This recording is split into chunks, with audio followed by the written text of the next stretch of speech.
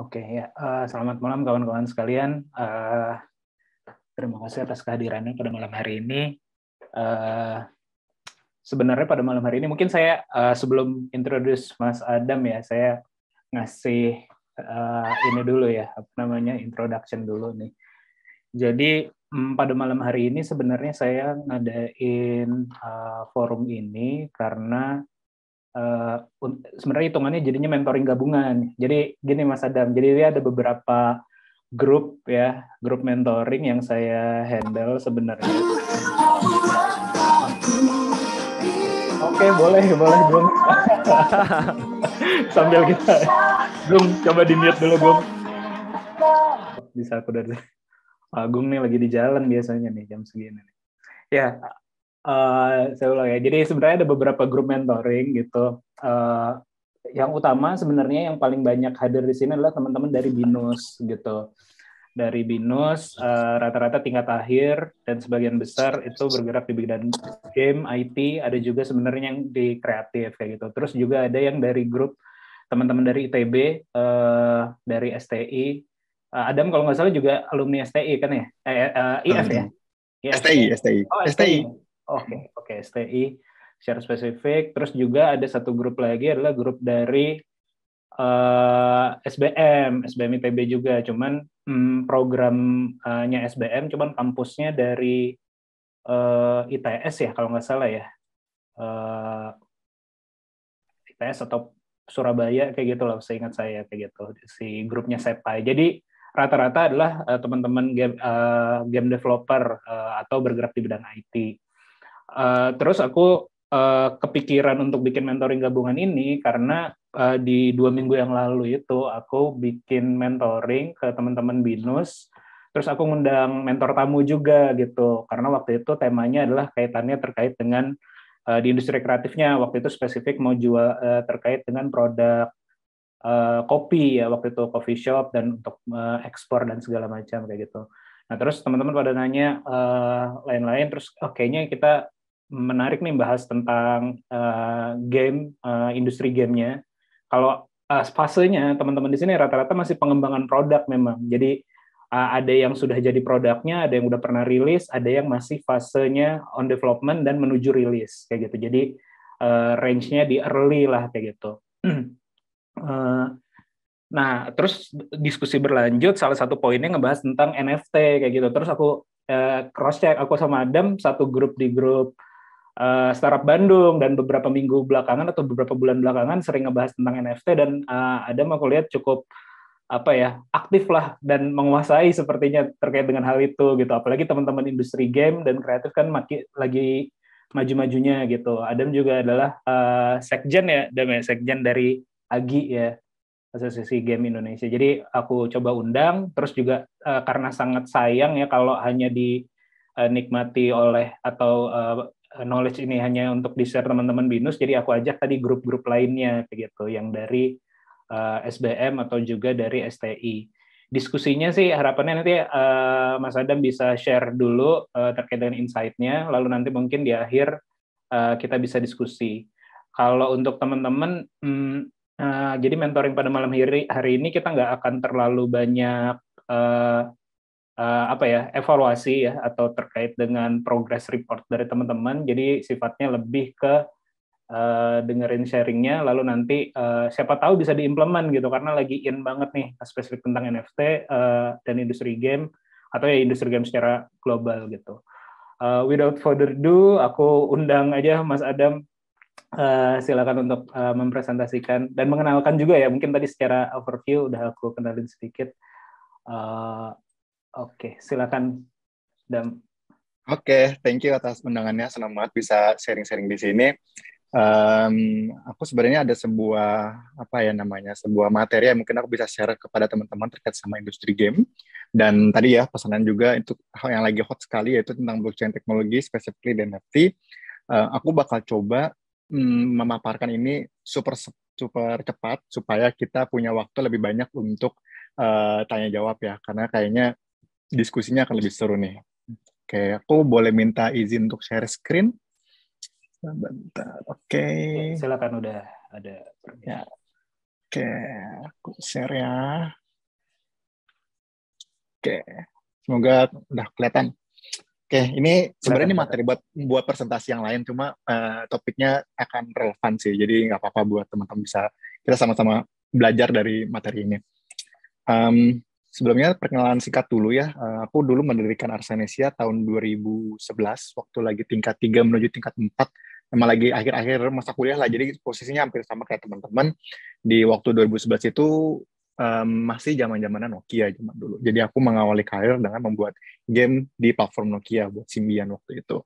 Terus setelah itu di 2015 punya anak usaha baru namanya Arsakit yang fokusnya membuat game untuk anak usia dini atau early childhood.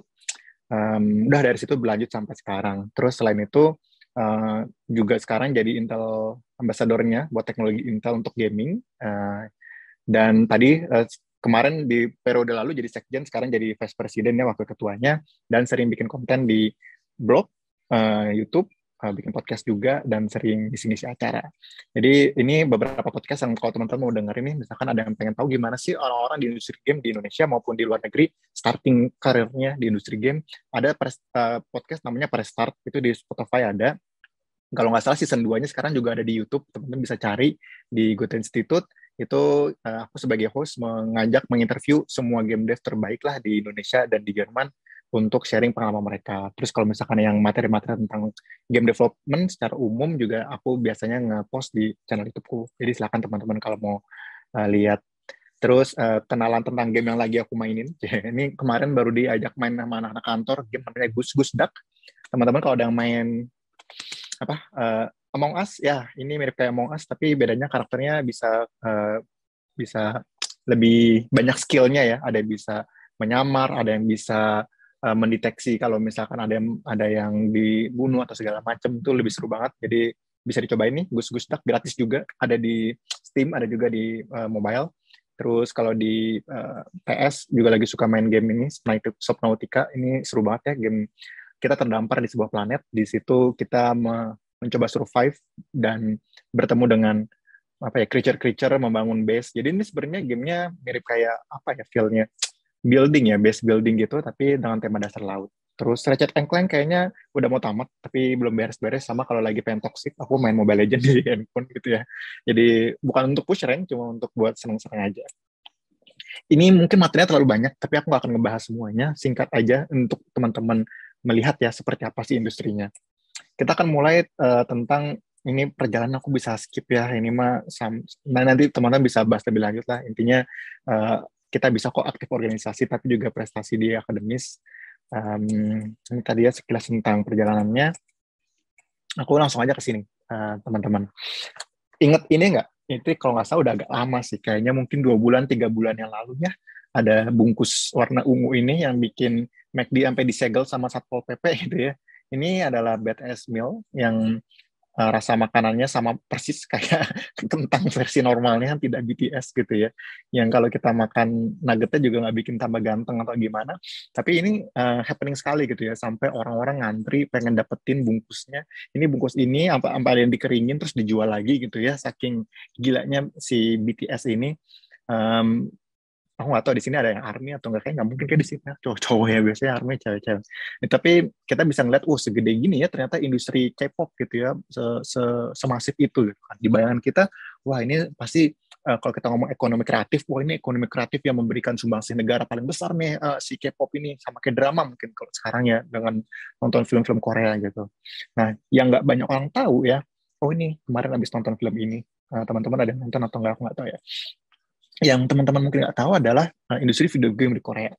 Jadi dibandingkan dengan kayak drama atau K-pop ya, itu kalau teman-teman lihat industri game itu sumbangsih ekspornya itu 10 kali lipat lebih besar dibandingkan film dan musiknya gitu. Ini something yang secara value ekonomi lebih amazing dibandingkan tadi ya dengan BTS ARMY-nya gitu. Jadi ini angka yang nggak banyak orang yang tahu. Oh gila, ternyata game itu lebih gede ya dibandingkan film, dibandingkan musik gitu ya. Kalau di global gimana? Oh sama, di global juga. Ini teman-teman lihat nih grafikan di bawah nih.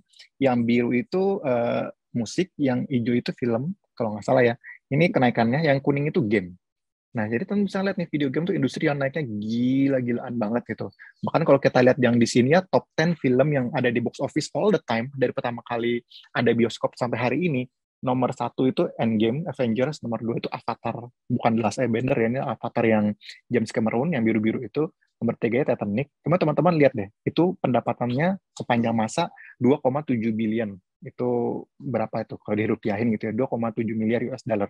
Nah, di industri game yang bisa mendapatkan angka di atas 2,7, 3, bahkan bisa sampai 13 itu ada banyak banget. Ini aku bukan ngambil top 10 video games ya, ini aku ngambil beberapa sampel aja gitu untuk menunjukkan bahwasannya industri game itu kalau dibandingkan industri film itu jauh lebih besar. Ya aku tidak dalam konteks menjelekan industri film atau industri musik ya, tapi ini biasanya kalau misalkan teman-teman bilang kepada orang tua atau biasanya ke calon pacar, calon mertua gitu ya, saya mau melamar anak bapak gitu atau saya mau pacaran sama anak bapak, misalkan ditanya kamu profesinya apa gitu, aku profesinya mau jadi sutradara film gitu kayak Joko Anwar. Oh, bagus, lanjutkan karirmu, nah semoga sukses gitu kan. Cuma kalau kamu bilang aku pengen jadi game director gitu, aku pengen jadi game developer, terus biasanya kan, ih pekerjaan apa itu, jaga warnet doang ya gitu. Jadi ini mungkin kalau buat teman-teman bikin game bisa di screenshot ya, buat nanti di print terus dibawa ketika mau melamar mungkin pacarnya gitu ya. Nah, ini mungkin beberapa data aja. Kalau misalkan di Indonesia sekarang marketnya 1,7 billion atau itu udah setara mungkin 24 triliun ya. Sekarang udah jadi perhatian pemerintah juga, yang market di Indonesia sebagian besar itu di mobile. Nah, cuma memang challenge kita adalah kurang dari 2% dari tadinya si 24 triliun ini yang masuk ke game developer lokal. Ini data 2015. Bahkan angka realnya 0,04% yang masuk ke dalam negeri. Sisanya masih keluar semua. Jadi ini tantangan kita sekaligus juga opportunity. Ini kok ada uang yang kita bisa uh, kita serap, tapi kenapa masih kabur keluarnya, kita bisa gerak ini bersama-sama. Contoh nih di Indonesia anak Tangsel sebenarnya udah agak ke Karawacis. Itu ada yang bikin Toge Production, mungkin teman-teman tahu ya, bikin Coffee Talk itu revenue-nya 7,6 miliar, kurang dari sebulan perilisannya. Terus ini Coral Island, ini game dari Jogja, itu belum rilis ya, baru crowdfunding, itu udah dapat 23 miliar rupiah. Ini salah satu game lokal pertama yang pakai NVIDIA RTX Ray Tracing. Ini lucu sih, yang bikin orang Balikpapan tapi kantornya di Jogja dan bikin game tentang Bali gitu, dan dipublish sama developer publisher dari Jerman. Ini juga salah satu game yang cukup sukses. Ini kemarin kalau ada giveaway, teman-teman nggak perlu giveaway, kalau perlu ya boleh aja sih. Ini ada 2 Steam gift gratis nih, Coffee Talk sama Escape from Menaraka. Teman-teman cukup post aja di IG-nya kalau punya IG nih, beri caption dan dukung game lokal. Nanti kalau ada yang post itu yang paling kreatif, nanti aku kasih Steam key-nya Coffee Talk sama Escape from Menaraka. Ini 2 bulan terakhir aku meeting dengan timnya Pak Menko ini cukup intensif. Hampir setiap hari meeting sejam, udah kayak kuliah gitu tiap hari dengan timnya mereka, ngebahas gimana caranya pemerintah bisa nge-support industri game lokal. Nah, jadi itu sekarang step-nya di global gede banget, di Indonesia amat sangat besar, tapi sekarang saat ini kita masih perlu lebih banyak talenta dan game berkualitas dari Indonesia untuk bisa grab the market. Jadi perjalanan untuk kesananya sedang dibuka nih oleh pemerintah. Nah, sekarang kita ngomong the future of game industry. Kita ngeliat ya, dulu zamannya game yang cuma pixel 2 dimensi, sekarang kalau teman-teman lihat ada game Horizon Zero Dawn yang terbaru itu, grafiknya itu indah sekali gitu ya. Bahkan kalau mau di-compare, bahkan game-game udah banyak yang bikin remake-nya. Dulu FF7, si Cloud, kotak-kotak berotot gitu, sekarang bahkan sampai helaian rambutnya sangat detail sekali ya, tertiup angin, dan berkibar-kibar gitu ya. Atau dulu kayak untuk main game bersama-sama temen itu harus ke warnet gitu ya, main CS 1.6 di ini mapnya di DAS gitu. Sekarang untuk main bareng-bareng itu bisa dari rumah masing-masing sambil tiduran dengan handphone dan bisa mainnya satu langsung versus ratusan orang gitu. Jadi evolusi ini terjadi sangat besar. What's next gitu kan pertanyaannya. Ini bisa dilihat ya, dulu kalau kita ngelihat player itu hanya bermain, beli game. Kalau sekarang player itu bahkan satu bisa jadi atlet. Ini udah resmi ya di Kemenpora, ada namanya atlet sport. 2, ini yang mungkin generasi boomers nggak ngerti gitu. Apa serunya nontonin orang nonton main game gitu ya. Kenapa nggak kita main game sendiri gitu. Sekarang ada namanya streamer, game streamer ya. Ini kalau ada yang tahu namanya Ming Auk ya, itu yang satu yang paling sukses juga di Indonesia.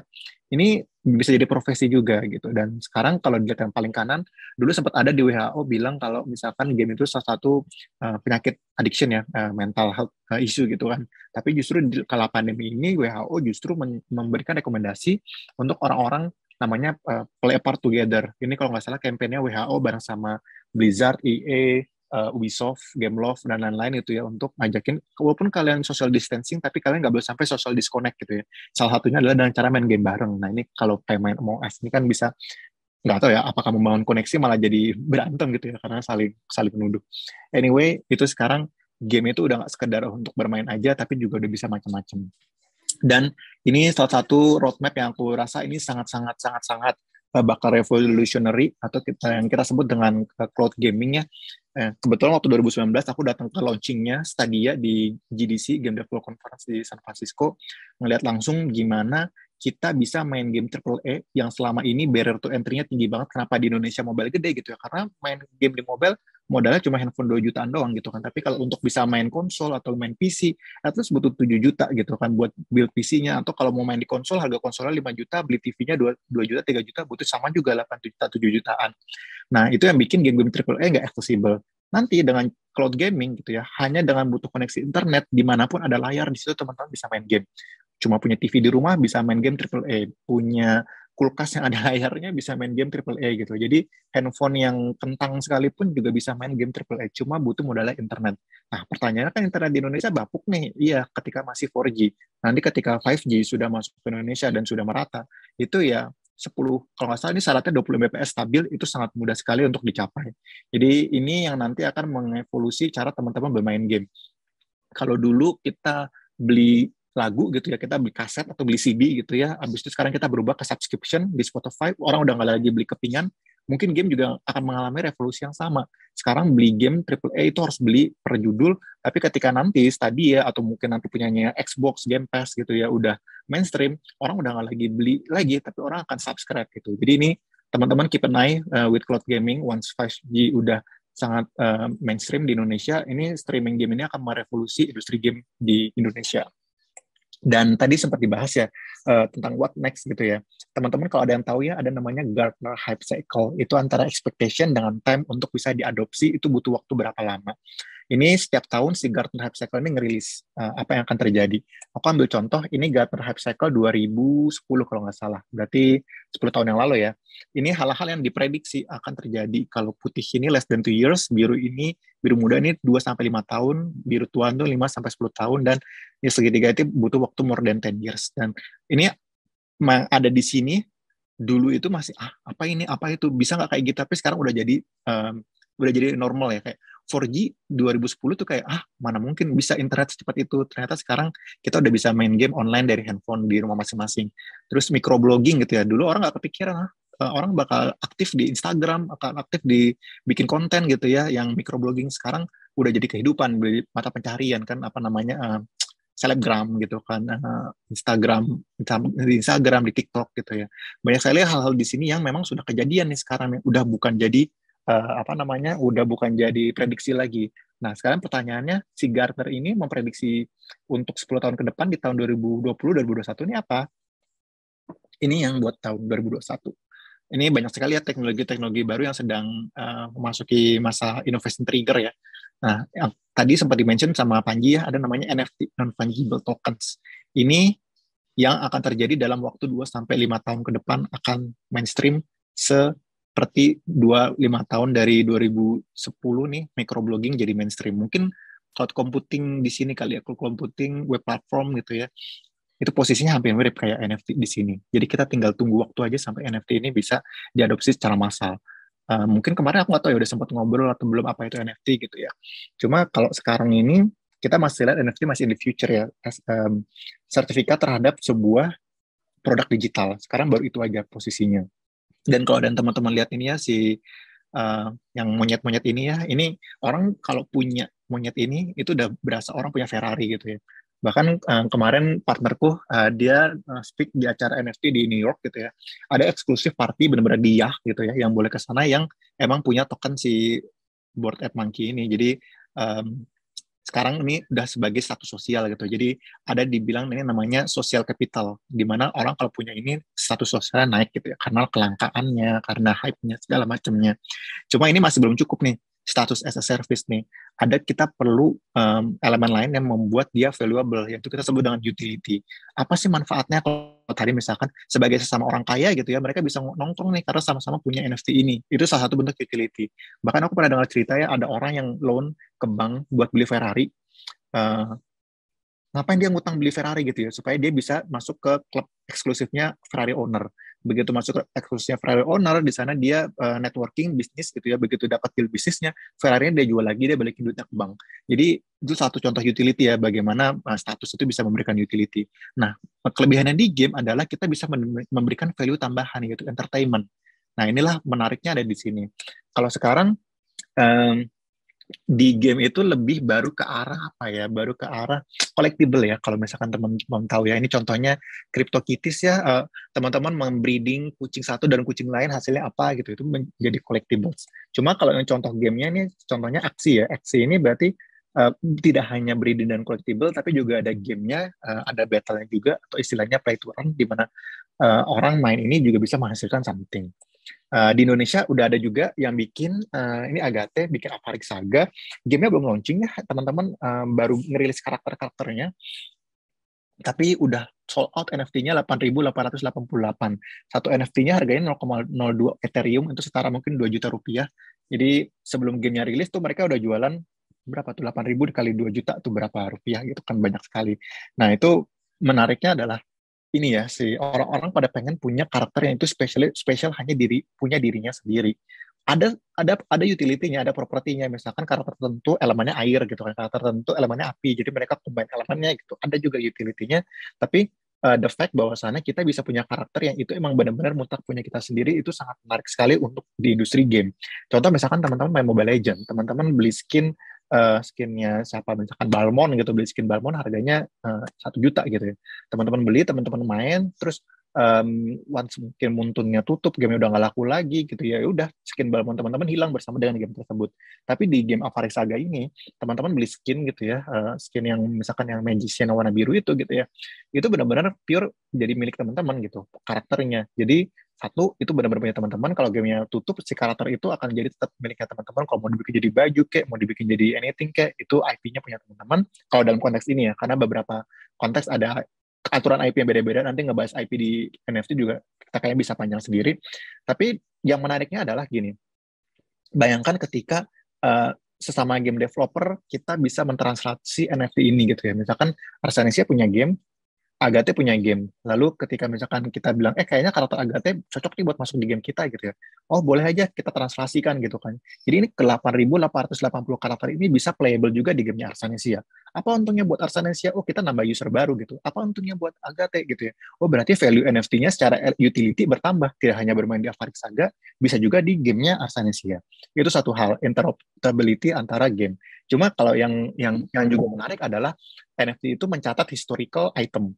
Contoh misalkan gini, Just No Limit main Mobile Legend, terus misalkan abis ngelawan monster, ya Mobile Legend game RPG lah gitu, misalkan The Witcher gitu, abis lawan monster, drop nih sebuah pedang legendaris gitu kan, itu punyanya Just No Limit gitu, terus tiba-tiba Just No Limit jual tuh pedangnya, siapa yang mau beli pedang bekas gua gitu, oh fans Just No Limit pasti pada mau beli gitu, atau misalkan tadi ya, membernya BTS gitu, si RM gitu ya, main apa nggak atau main Pokemon gitu ya, dia dapat Pokemon apa Bulbasaur gitu kan, terus ditangkap terus dia jual, orang-orang pada ngantri pengen beli Bulbasaur bekasnya RM gitu kan.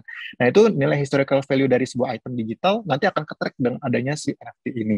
Atau misalkan nggak tahu ya Pevita Pierce atau Raisa abis main game apa gitu, itemnya mau dijual gitu, siapa tahu gitu kan, orang-orang pada ngantri pengen beli. Jadi itu possibility yang bisa terjadi di dunia game dengan NFT.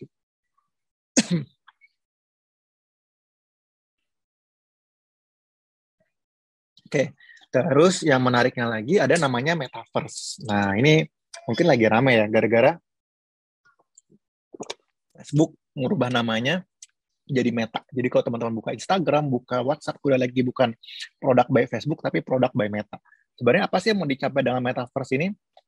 Ya seperti kalau teman-teman nonton Ready Player One atau Free Guy gitu ya, di mana ada dunia yang menggabungkan berbagai macam objek digital ya. Emang ya tadi tuh misalkan di apa Ready Player One, di world VR-nya tersebut ada Gundamnya lah, ada apanya, anything-nya. Jadi membayangkan sebuah dunia di mana produk digital antar kepemilikan bisa berada di satu tempat. Ini sekarang berbagai macam company sedang berusaha untuk membuat metaverse sendiri-sendiri. Salah satu proyek yang aku paling suka itu ada namanya Sandbox. Ada banyak sih, ada CryptoVoxel, ada Decentraland, ada macam-macam lah. Aku suka menariknya Sandbox adalah ini feel-nya, dia sebenarnya udah rilis versi mobile-nya, kemudian dia di-invest untuk mengubah itu ke blockchain, terus dia convert ini jadi blockchain teknologi, itu dia sekarang belum rilis metaverse-nya, baru ngerilis engine untuk ngebikin game di dalam metaverse-nya. Jadi kita bisa bikin game di dalam situ, mirip kayak Roblox kalau teman-teman tahu. Atau teman-teman bisa bikin e-commerce di dalamnya, bisa bikin sekolah di dalamnya, bikin anything yang teman-teman mau di dalam tanah tersebut. Nah, tanah tersebut yang dijual, dan harga tanahnya itu udah kayak harga tanah di lebih mahal kali ya dari BSD gitu ya. Itu cuma sepetak berapa piksel kali berapa piksel itu bisa 40 juta, bisa 80 juta gitu ya. Bahkan kalau misalkan beli tanahnya di dekatnya, tanahnya punyanya Atari, tanah dekatnya Adidas, tanah dekatnya The Walking Dead, itu harganya udah inflasi gitu. Jadi udah kayak tanah di dunia nyata gitu ya. Saking gilanya gitu. Bahkan aku punya teman yang dia waktu awal banget Sandbox keluar, dia beli tanah harganya masih murah gitu ya. Kayak nggak nyampe 1 Ethereum. Nggak lama setelah dia, baru-baru inilah 2 tahun kemudian, Rovio kalau nggak salah beli tanah di dekat tanah dia. Langsung orang pada ngebit tanahnya dia gitu. Tadinya belinya nggak nyampe 1 Ethereum, kalau nggak salah dijual 4 atau 5 Ethereum. 1 Ethereum kan berapa sekarang? 6.000, 4.000 dolar gitu kan. Itu langsung naik berkali lipat. Jadi ini something yang menarik juga gitu kalau misalkan teman-teman mau lihat nanti. Di Arsanesia sendiri kita juga lagi bikin metaverse namanya realitychain.io. Kalau mau lihat boleh. Berbeda dengan metaverse yang banyak yang lagi dibuat sekarang, di mana key-nya adalah ingin bikin metaverse itu imersif. Kalau yang kita bikin di realitychain adalah kita pengen bikin metaverse itu accessible. Artinya apa? Kalau untuk bikin imersif butuh hardware yang tinggi untuk bisa akses ini. Kalau di sini justru kita pendekatannya pengen bikin metaverse yang mudah diakses, dan itu kita ngomongnya harus bisa berkomunikasi dengan berbagai macam chain. Kita sebutnya multi chain gitu. Jadi teman-teman beli NFT di Sandbox atau di OpenSea dimanapun gitu ya, teman-teman bisa bawa ke sini juga. Itu kayaknya materinya, sisanya sih aku nggak tahu ya, kalau teman-teman tertarik bahas nanti boleh ditanyain aja. Ada beberapa kita ngebagi tentang tipe-tipe game, ada gamification, serious games, dan lain sebagainya. Cuma itu maybe for another topic. Kalau misalkan teman-teman mau bahas itu boleh ditanya, tapi kalau pengen ngebahas yang tadi ya NFT gamingnya atau industri gamenya itu juga silahkan. Paling itu ya sih sharing dari aku. Aku kembalikan ke Panji. Oke, thank you banget Idam. Gue menarik banget ya apa yang lo sampaikan tadi ya. Mungkin teman-teman juga ngerasa tertarik mungkin, tapi privilege aja di gue, jadi ya gue nanya-nanya dulu ya, biar teman-teman nanti kalau mau nanya juga dipersilakan ya. Tadi dalam beberapa konteks sih sebenarnya gue ada menarik banget ya buat gue pribadi gitu. Yang pertama terkait dengan industri game itu sendiri ya.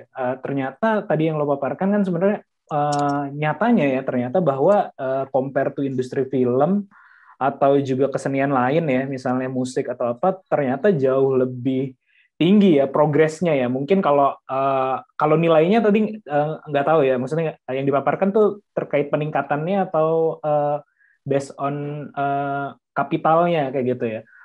Itu mungkin satu yang gue tanya. Terus mungkin itu dulu deh ya, biar terkait dengan industri game ya, karena selebihnya nanti akan lebih banyak terkait dengan NFT kayak gitu.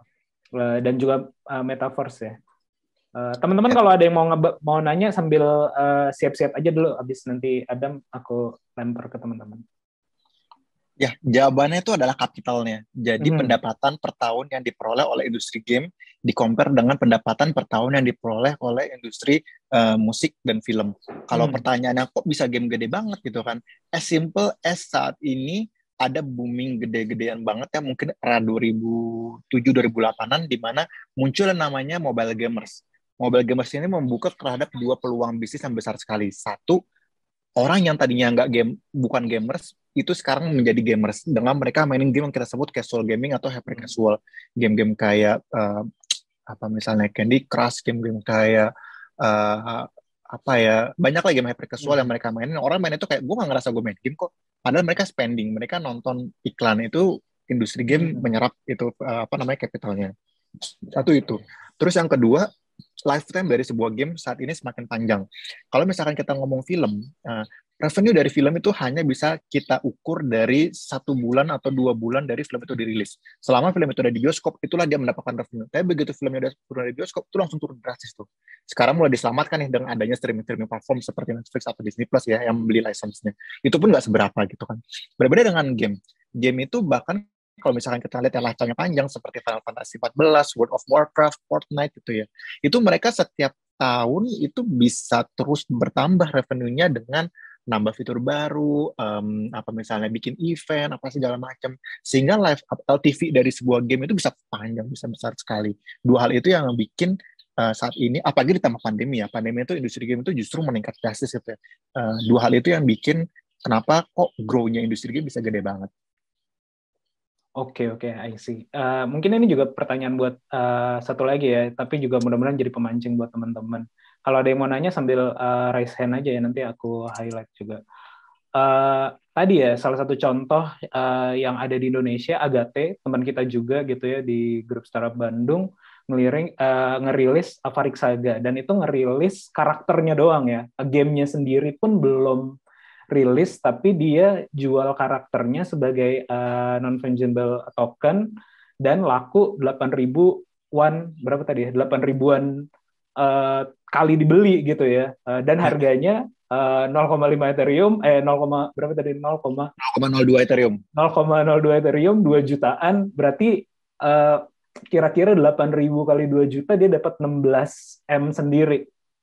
Itu potensinya gokil banget sih. Maksudnya untuk teman-teman developer game ataupun sebenarnya industri yang lebih luas juga ya. Kalau kita jualan NFT, itu bisa jadi ibaratnya modal kapital buat kita develop gamenya. Jangan-jangan ini ya untuk secara umum ya, mungkin game developer itu jangan-jangan belum bikin gamenya, baru bikin karakternya aja dulu, dibagusin, dijual, dijanjikan ceritanya atau plotnya, lalu nanti orang-orang pada beli, baru di develop gamenya. Itu menarik banget sih sebenarnya. Lo bisa ini lagi nggak, explore lagi atau contoh-contoh lain yang memanfaatkan itu sebagai model bisnis ya? Itu kan si Avarik Saga itu baru ngerilis karakternya ya. Itu kalau nggak salah rilis karakternya tuh baru mungkin sebulan atau 1,5 bulan lalu, gue lupa. Itu ya, sekarang mereka lagi campaign, mereka mau ngerilis armornya bro. Jadi sekarang kemarin 8.800 karakter udah dijual, sekarang armornya yang mau dirilis, dan mereka pintar, mereka ngerilis armor itu kolaborasi sama artis-artis yang emang udah terkenal juga, punya audiens gitu kan. Jadi artis-artis itu pengen beli, gue pengen beli armor yang dibikin sama si ilustrator A, ilustrator B gitu kan. Jadi memang ada apa ya, ada community value atau mungkin apa ya, fans value gitu ya terhadap sebuah produk yang bikin produk itu punya value lebih mahal dibandingkan either hanya utility-nya aja. Contohnya misalnya Lionel Messi gitu ya, dia bikin NFT, orang fansnya semuanya pada mau beli gitu kan. Mirip kayak jersey lah, jersey yang bekas pakai Messi terbatas, ditandatangannya lagi, orang pasti beli mahal banget. Mungkin case lain adalah di industri sebelah, misalkan di industri komik. Komik itu lebih cepat adaptasi terhadap NFT-nya dibandingkan industri game ini. Mungkin sedikit sharing juga, industri game itu termasuk yang sekarang masih agak apa ya, agak uh, reluktan kali, agak resisten terhadap blockchain ya. Banyak lah, karena sebagian besar karena misinformation gitu ya. Kemarin sempat ada yang survei gitu, memang 60-70% game developer di dunia, di global gitu ya, masih nggak yakin dengan blockchain. Purely karena kalau ditanya alasan kenapa, itu mostly misinformation lah. Mulai dari Ponzi scheme lah, mulai dari environmental issue lah, segala macam. Sebenarnya dulu iya, tapi sekarang itu sudah enggak, teknologi udah berubah gitu kan. Jadi itu masih jadi kasus yang membuat kenapa belum banyak yang mengadap, walaupun aku sendiri pun sedang mengadvokasi itu ke teman-teman di Indonesia. Tapi kalau di industri ilustrasi itu udah sangat lumrah sekali. Kenapa? Aku ngobrol sama temanku ya, dia kebetulan yang ilustrator, kalau ada yang kenal namanya Faza ya, yang bikin si Juki. Dia bilang gini, kan ngobrol kan, di industri komik gimana, NFT udah mulai rame belum?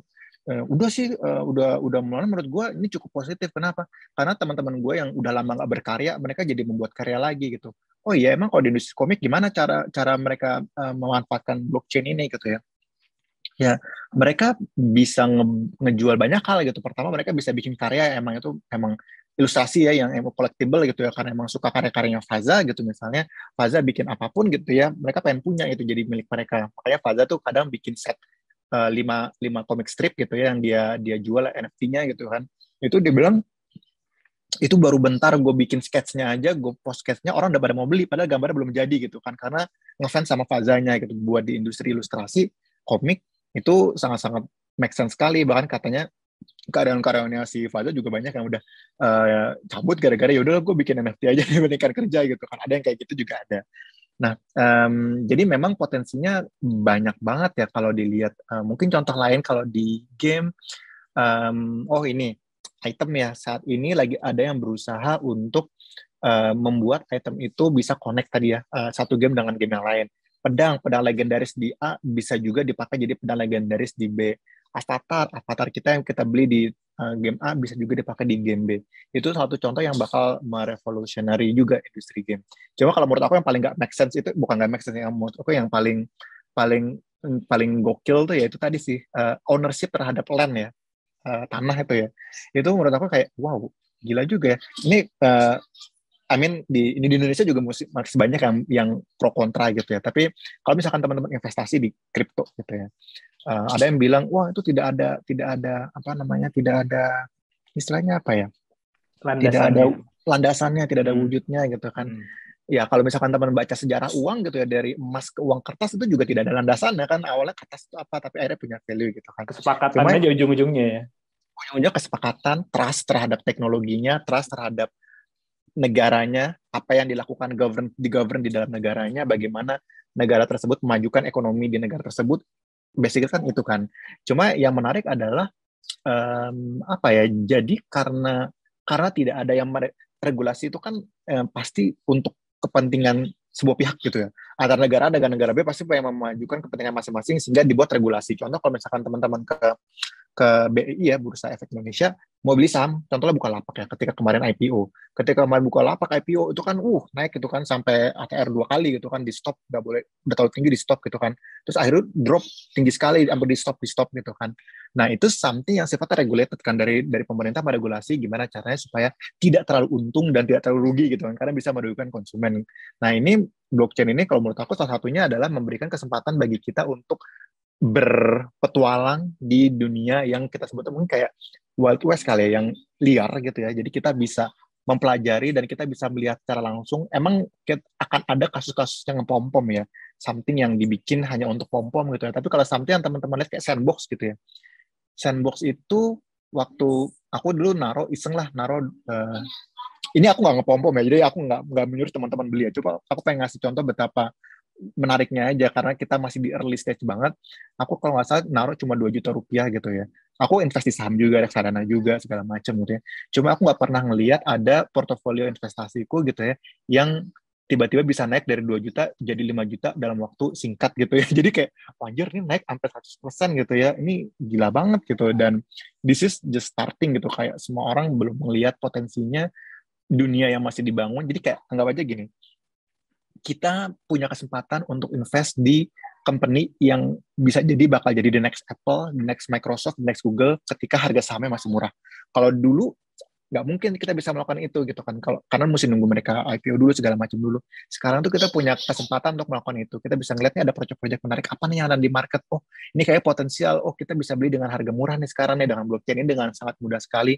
Dan kita bisa ngeliat itu, walaupun tadi ya yang turun drastis itu juga ada gitu kan. Jadi tinggal pinter-pinternya teman-teman aja. Tapi ya itu, yang menurut aku yang menarik adalah ini decentralized, tidak ada yang meregulasi, jadi tidak ada kepentingan dari siapapun yang punya produknya kayak mau dari pemerintahnya kayak swasta kayak anything kayak everything pure dari market.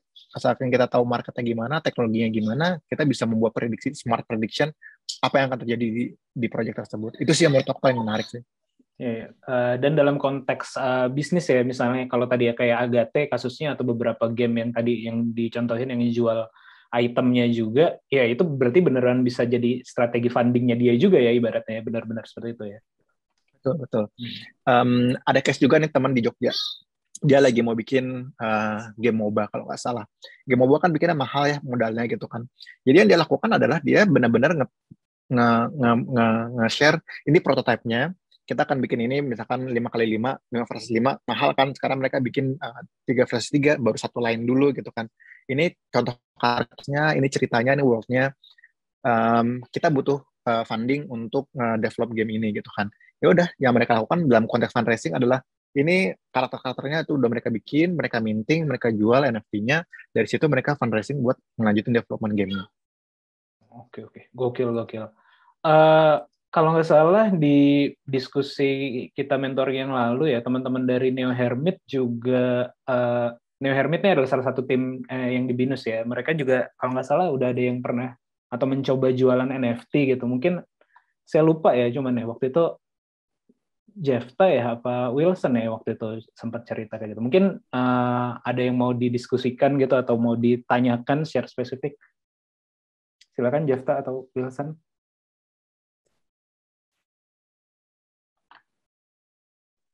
Ntar ya Pak, kemarin yang sempat nanya-nanya tertarik itu si Wilson. Kalau saya juga baru aja sih ini. Oke. Iya, dan secara umum kan teman-teman yang di sini dan tadi gue bilang ada beberapa ya, kalau game dev tadi Neo Hermit itu game dev dari Binus, Fox Legacy Game juga Brian. Nah, cuman memang masih fokus ke gameplaynya dan juga development ceritanya, sedangkan ke karakter kayaknya kemarin di evaluasi kita masih pada belum concern ke sana, padahal sebenarnya justru bisa dijual ke itunya dulu ya, duluan ya, jadi strategi tanding gitu. Mungkin secara umum teman-teman siapapun ya, kalau ada yang mau ditanyakan atau didiskusikan boleh gitu, mumpung waktunya masih ada di sini. Silakan. Malam Pak. Apa nih yang Malam Pak, saya Wilson. mau nanya, kira-kira bagaimana ya langkah awal game developer di seluruh dunia untuk bisa membuat NFT dari game lain bisa dimainkan di gamenya dia gitu? Ya, oke. Pertanyaannya bagaimana caranya supaya bikin itu interoperable ya. Sebenarnya tadi teman-teman sih kan banyak yang mau bikin, yang lagi bikin game ya, dari teman-teman yang dari Binus, dari TB gitu ya. BTW stay tune ya, ini IGDX Indonesia Game Developer Exchange itu program untuk mentorship. Teman-teman bakal dikasih mentor dari industri game langsung selama 3 bulan. Jadi next dari program mentorship ini bisa juga nanti teman-teman stay tune buat ikut si IGDX ini. Anyway, iklan sedikit. Oke, linknya boleh, linknya sambil di chat nanti jadi gampang. IGDX.id. Ini baru aja beres sih batch kemarin. Buat yang baru-baru bakal dapat mentor dari Indonesia, tapi buat yang udah intermediate nanti dapat mentor dari global. Beneran didatangin dari studio game AAA untuk mentorin teman-teman bikin game. Satu studio bisa dapat 2 mentor global. Anyway, tadi pertanyaannya bagus ya, gimana sih konsepnya dalam kita membentuk interoperability. Kalau teman-teman udah pernah nge-minting NFT gitu ya, di dalam NFT itu ada namanya property. Properti itu bisa diisi macam-macam nih ketika teman-teman bikin game. Misalnya propertinya elemennya apa, api, air, tanah, apa segala macam. Terus ditaruh lagi propertinya damage-nya berapa, defense-nya berapa, attack-nya berapa misalnya. Atau tipenya magic atau apa namanya warrior atau apapun gitu ya. Nah, saat ini yang kita belum punya adalah standar untuk properti. Tapi sudah bisa ditaruh, tapi belum ada standarnya. Nah, yang bisa kita lakukan adalah untuk betul, 2 tahun lalu IGDX diselenggarakan di Binus juga, benar sekali. Tahun ini diselenggarakan di Bali gitu ya. Jadi mungkin next year kalau misalkan teman-teman mau ikutan bisa berangkat ke Bali juga. Semua menti diterbangin ke Bali anyway. BTW balik lagi ke yang tadi ya. Kalau misalkan tadi ada properti, yang kita butuhkan saat ini ada standar properti apa yang dibutuhkan untuk game. Itu yang belum ada. Jadi yang bisa kita lakukan adalah kita nge-grab meta atau properti dari NFT tersebut untuk kita translate di game kita, artinya apa. Contoh, misalnya aku bikin game Project Unseek ya, game yang aku bikin itu gamenya hide and seek gitu ya, cuma jalan kejar-kejaran mirip kayak Dead by Daylight gitu kan. Terus aku pengen masukin karakternya Alvarik Saga di dalam gameku. Biar lebih imersif, aku translasikan itu dengan properti yang ada juga gitu. Jadi misalkan, oh ternyata game kita sama-sama 2 dimensi, sudah ada riggingnya juga segala macam, itu aku bisa langsung tarik dan aku bisa langsung masukkan ke dalam gameku. Tapi kalau misalkan ternyata nggak ada proses translasi yang bisa kita lakukan. Translasi itu berarti kita mengubah agar, misalkan tadi karakternya 2 dimensi, sedangkan game kita 3 dimensi, oh berarti kita perlu melakukan proses translasi, karena belum ada standar nih, kalau di dalam game karakternya butuh apa aja. Sekarang masih ada cost translasinya. In the future, ketika sudah ada standar, hopefully tidak perlu lagi melakukan translasi. Nah, yang paling menarik adalah bagaimana kita memanfaatkan properti. Contoh, misalkan ketika ada properti elemen gitu ya, di game kita sebenarnya nggak ada elemennya nih, nggak ada elemental value-nya gitu kan. Oh ya udah nggak apa-apa, kita terjemahkan aja. Kalau di Alvarik Saga mungkin elemen itu fire, wind, with kalau misalkan lawan leaf, tanaman win kalau menang lawan batu atau apa gitu ya. Di kita mungkin kita jadikan efek trails aja gitu. Jadi kalau jalan karakternya, kalau yang karakter air ada efek animasi air-airnya gitu kan atau apa. Jadi translasi itu yang bisa kita lakukan dalam konteks kita nge-translate NFT yang ada di game lain ke game kita. Nah, sekarang kan ada pertanyaan nih, kalau misalkan Agate bikin game, itu kan intellectual property-nya nempelnya di Agate gitu. Kalau dimasukin ke game Arsenesia, emangnya Arsenesia tidak melanggar IP-nya mereka? Nah, makanya konsep IP di NFT itu menarik sekali. Ketika teman-teman beli NFT, dilihat nih yang ke bawah apa gitu. Karena beberapa ada yang tidak memberikan IP rights-nya. Contoh kayak misalkan saat ini NFT yang lagi ramai itu trading card-nya NBA ya. Trading card NBA itu dibilang tapi rights terhadap itunya tetap punya mereka ya. Oh ya udah kalau kayak gitu berarti kita nggak bisa pakai. Tapi itu kan loss di NBA-nya sendiri ya, karena artinya NFT mereka tidak bisa digunakan nih di tempat lain gitu kan, mengurangi nilai utility-nya gitu. Jadi itu something yang nanti in the future bakal banyak sekali standar-standar baru yang akan dibuat sehingga semua game itu punya standar, propertinya butuh list apa aja, punya standar juga kalau ada riggingnya seperti apa, sehingga nanti kalau mau berpindah-pindah dari satu game ke game yang lain, sebagai developer tidak perlu melakukan transaksi yang begitu mahal effort cost-nya. Menarik. Gimana dari Wilson? Baik Pak, sudah cukup jelas. Iya, Ya, terima kasih. tadi oke, thank you. Tadi saya juga tertarik ya jadinya terkait dengan yang IP-nya itu ya. Karena itu jadi concern utama sih. Tapi cuman kan karena kalau kita trust in teknologinya ya, blockchain kan pada dasarnya adalah apa ya, jurnal terbuka lah ya, atau buku akuntansi yang bisa dilihat oleh siapapun. Jadi mungkin secara dasar ketika pun nanti digunakan di game mana akan terrecord juga gitu ya, Dam ya. Teknisnya gue nggak tahu sih sebenarnya, cuman bayangannya apakah seperti itu. Jadi misalnya nanti ada konversi apa yang diberikan dari Agate ke Arsenesia kayak gitu, ada saling tukar kayak gitu mungkin nanti ini ya. Kalau untuk sekarang tidak, karena NFT ketika dibeli oleh misalkan oleh Wilson gitu ya, benda itu jadi miliknya Wilson kan, si NFT-nya itu. Jadi baik Arsenesia maupun Agate nih, misalkan yang Agate sebenarnya company-nya bukan Agate-nya, si Agate kan outsourcing untuk nge-develop-nya, tapi anyway biar lebih gampang, si game yang dibikin sama Agate itu NFT-nya udah jadi punyanya Wilson. Tergantung nanti teman-teman baca tuh, kalau nggak salah itu free license kan. Jadi artinya itu sudah jadi mutlak punyanya Wilson, dan Wilson boleh gunakan, siapapun boleh gunakan untuk dimanapun. Jadi ketika itu terjadi, Arsenesia mau pakai karakter yang Farik Saga, kita simply nge-grab aja nih NFT yang masuk dalam kategori package-nya Farik Saga apa aja, kita grab semua, sehingga semua player-playernya Farik itu bisa masuk ke dalam game-nya Arsenesia. Itu sesimpel, semudah itu. Tapi emang bener, itu buku akuntansi yang terbuka, yang kelihatan sejarahnya gimana. Makanya nih, dalam konteks kreator awalnya nih, kita kan misalkan Farik Saga nih bikin si karakter itu ya, dia bisa dalam smart kontraknya memberlakukan namanya royalty. Jadi ketika misalkan dia beri harganya 0,02 Ethereum dari Farik Saga gitu ya, Brad dibayar gitu kan. Naik utility-nya, harganya naik kan. Misalkan jadi 1 Ethereum taruhlah gitu ya. Dari 0,02 ke 1 Ethereum, itu 1 Ethereum ada yang beli, itu bisa aja di smart kontraknya 15% itu royalti yang akan dikembalikan kepada Farik Saga. Once item itu dijual terus, naik terus, dijual terus, naik terus, 15% itu tetap masuk ke Farik Saga. Karena itu bagian dari smart kontraknya. Itu something yang mungkin bagi para art creator gitu ya, ilustrator, itu menarik sekali. Artinya apa? Karya mereka kalau selama karya itu terus dijual, ya selamanya dia akan mendapatkan keuntungan dari penjualan karya tersebut. Oke, ya betul. Menarik banget sih. Teman-teman lain ada yang ingin bertanya lagi? Jadi di sini selain itu, kalau yang game itu ada Sepai juga, dari Steam Sepai. Ada yang mau nanya, yang non game juga nggak apa-apa sih sebenarnya. Ini inspirasi yang menarik banget ya, yang gerak di IT. Paling satu hal yang mau aku tambahin sambil nunggu teman-teman kalau ada yang nanya, ini karena ini insight yang menarik sekali. Saat ini demand di dunia blockchain itu lagi tinggi sekali demand-nya. Demand dari sisi project yang funding yang tersedia, project yang dibutuhkan. Kenapa banyak sekali demand-nya? Karena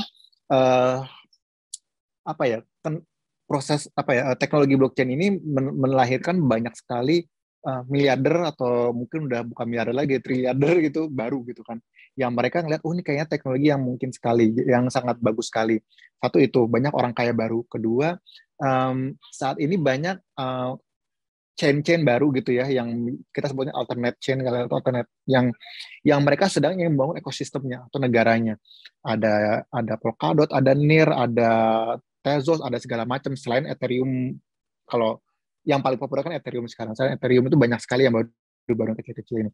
baik yang Ethereum yang gede maupun yang kecil-kecil ini, mereka butuh ekosistem kan, butuh ada aplikasi yang dibangun di atasnya untuk menunjukkan bahwa kita dalam bentuk itu sebagai ekosistem, sebagai negara, kita punya future project-project yang menarik nih, yang bisa digunakan oleh masyarakat gitu kan. Nah, oleh karena itu banyak sekali demand datang. Kayak aku tuh dalam sebulan bisa aja mungkin 5, 6, bahkan sampai 10 tawaran masuk yang pengen bikin project blockchain. Nah, menarik lagi di proyek blockchain ini adalah satu karakteristik dari community-nya atau orang-orang yang bergerak di bidang blockchain ini berbeda sekali dengan yang di dunia tradisional. Contoh venture capital.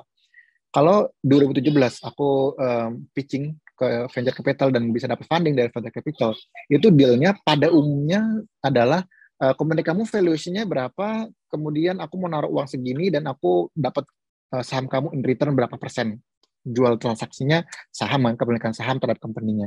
Kalau venture capital di dunia blockchain itu nggak begitu, karena mereka punya konsep namanya DAO ya, Decentralized Autonomous Organization. Nah, teman-teman bisa baca itu. Tapi intinya mirip kayak koperasi kali ya. Bahwasannya kalau Arsanesia bikin produk reality chain gitu misalnya, si reality chain itu belongingnya bukan ke Arsanesia. Jadi belongingnya itu kepada si DAO koperasinya itu yang akan nanti menjalankan si produk as a governance-nya ya bersama-sama gitu. Efek sampingnya apa? Efek sampingnya adalah tidak ada equity dari Arsanesia yang diambil ketika kita pitching kepada venture capital di bidang blockchain untuk mendanai reality chain. Satu itu. Jadi yang mereka lakukan adalah gue minta saham di DAO-nya. Arsanesia punya saham di DAO-nya itu, mereka juga punya saham di DAO-nya itu. Token lah kalau kita sebutnya token yang buat nge-govern si community-nya. Jadi kita as a company kita safe, dan tanda kutip safe ya. Kita bisa nge-develop something, kita bisa dapat funding untuk nge-develop itu, dan as a company kita nggak diambil lah equity-nya gitu. Kita bisa sebagai funding, bisa sebagai founder, bisa sebagai governance, bisa sebagai board di situ, tapi jadi kayak itu sebuah ekosistem terpisah. Mungkin negatifnya adalah at some point bisa aja tiba-tiba mereka bilang Arsanesia udah lagi nggak usah ngurusin reality chain, ya bisa-bisa aja. Tapi dari sisi monetary value itu sama aja kayak kita exit kan. Jadi buat kita win-win solution gitu kan. Itu satu hal. Terus yang kedua, sangat mudah sekali untuk fundraising di blockchain karena tadi demand dan supply itu kebanting banget gitu. Jadi dulu kita buat dapetin ratusan ribu US dollar ya untuk ditukar sama sekian persen saham itu susahnya minta ampun gitu ya. Ngebawa game gitu ya untuk dapat funding susah banget. Sekarang itu yang ada antri bos gitu. Jadi ini pada ngurumun antri di belakangnya Arsanesia kayak gue pengen masuk yang round berikutnya dong. Jangan sampai gue. Jadi kayak kita sampai modelnya kita buka angel langsung habis jatahnya, kita buka seed langsung ketutup jatahnya. Yaudah kita bikin private satu lagi deh sebelum kita IDO gitu kan. Udah langsung habis. Yaudah deh kita bikin private bagi 2 deh. Kasihan orang pada pengen ngembang duit juga gitu kan ke project kita. Kita buka yang kedua, kita gedein. Jadi sekarang stepnya adalah seperti itu. Dan ini bisa jadi bubble. Bisa jadi ini nggak kejadian lagi. Misalkan at some point udah mulai stabil apa segala macam, bisa jadi udah kejadian. Makanya this is really the right moment for you guys, apalagi yang terutama yang di gaming ya. Abis dari meeting ini, kalau misalkan teman-teman ada yang, aku kayaknya tertarik untuk bikin blockchain game gitu ya, please contact me, karena di belakang, di inboxku itu ada banyak banget yang aku bilang, sorry gue nggak bisa, gue udah sibuk, atau udah penuhan, sorry gue nggak bisa, gue lempar ke yang lain, ya. Jadi teman-teman yang lain sekarang yang mau nge-grab itu ya, mereka lagi banjir duit juga nih, ngerjain project yang dalam tanda kutip gampang, tapi duitnya gede, dan buat mereka dapat token juga gitu ya. Ya, aku bisa ngebayangin dalam waktu mungkin 2-3 tahun mereka bisa langsung kaya mendadak gitu ya dengan project-project ini. Jadi teman-teman yang lagi ngerjain game yang tertarik juga untuk ke sana, please don't hesitate to contact me. I will very happy to share some of the contacts ya yang mereka lagi cari untuk nge-develop game di blockchain. Oke. Ada lagi kah mungkin satu pertanyaan lagi? Ini udah 8.30 kebetulan gitu waktunya. Ya, silakan. Udah raise hand nih dari Prawida. Ini ada yang cewek, Dam. Tadi kan lu bilang cowok semua. Iya. Oke. Maaf, kelihatan. Iya, terima kasih kesempatannya sebelumnya untuk Pak Panji dan Pak Adam.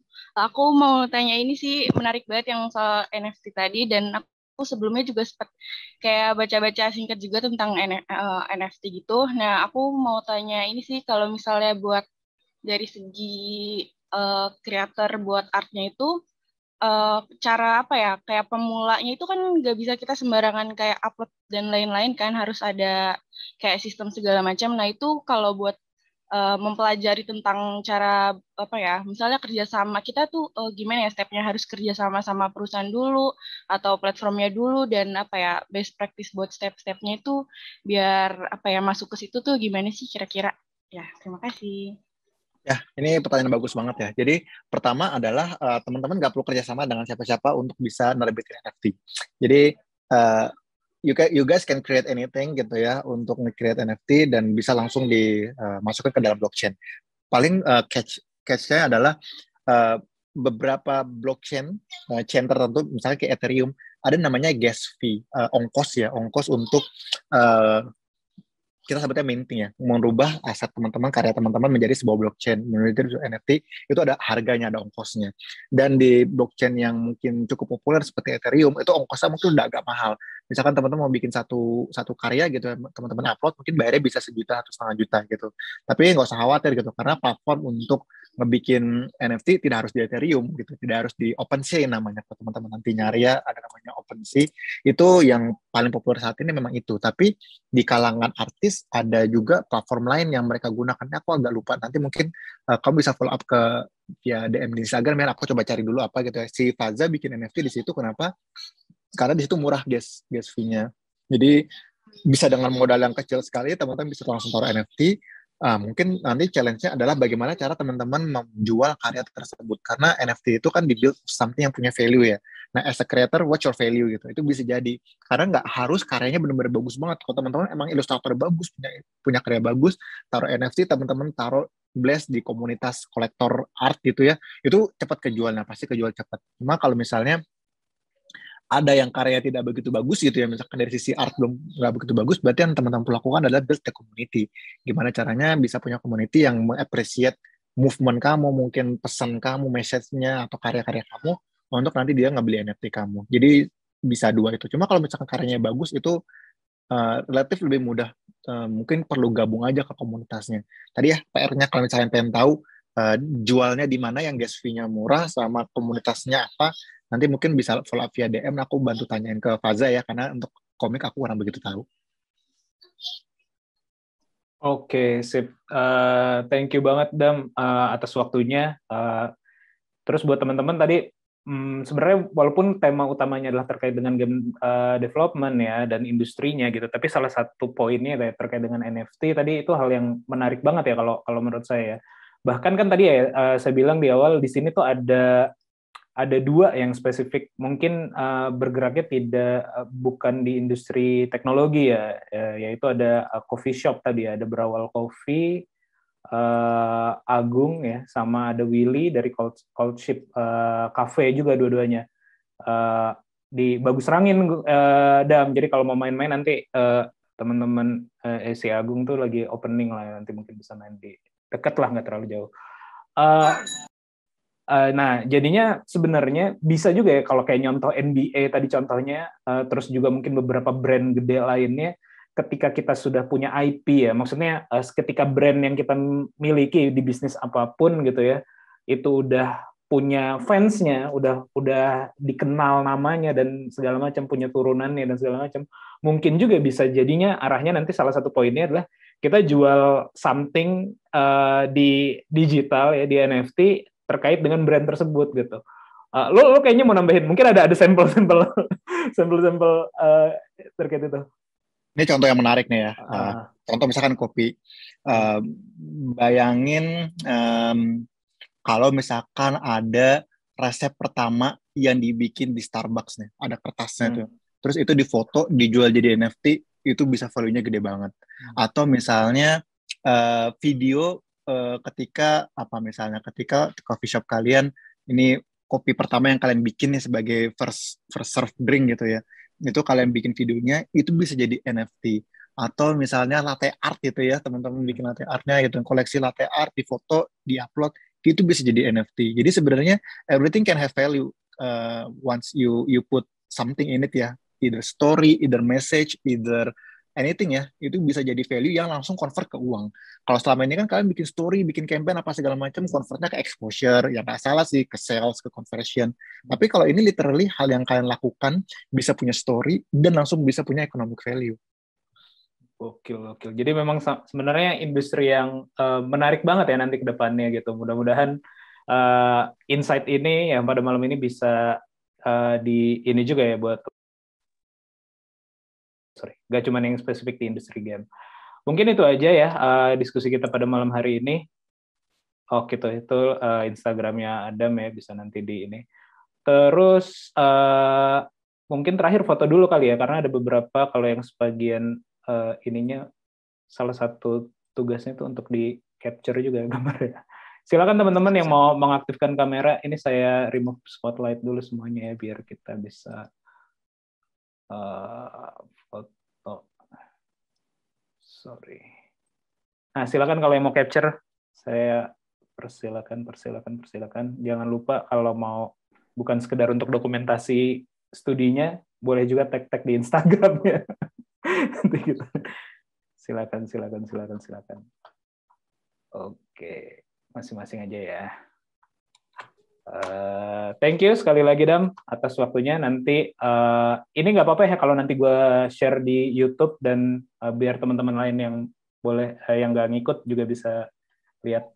Oke, thank you Adam, thank you teman-teman yang udah hadir. Sekian ya mentoring gabungan kita pada malam hari ini. Sampai ketemu di mentoring kita yang selanjutnya. Assalamualaikum warahmatullahi wabarakatuh. Bye semua. Terima kasih Pak. Salam, thank you. Terima kasih banyak. Terima kasih banyak Pak. Yuk, sama-sama. Terima kasih banyak Pak. Yuk.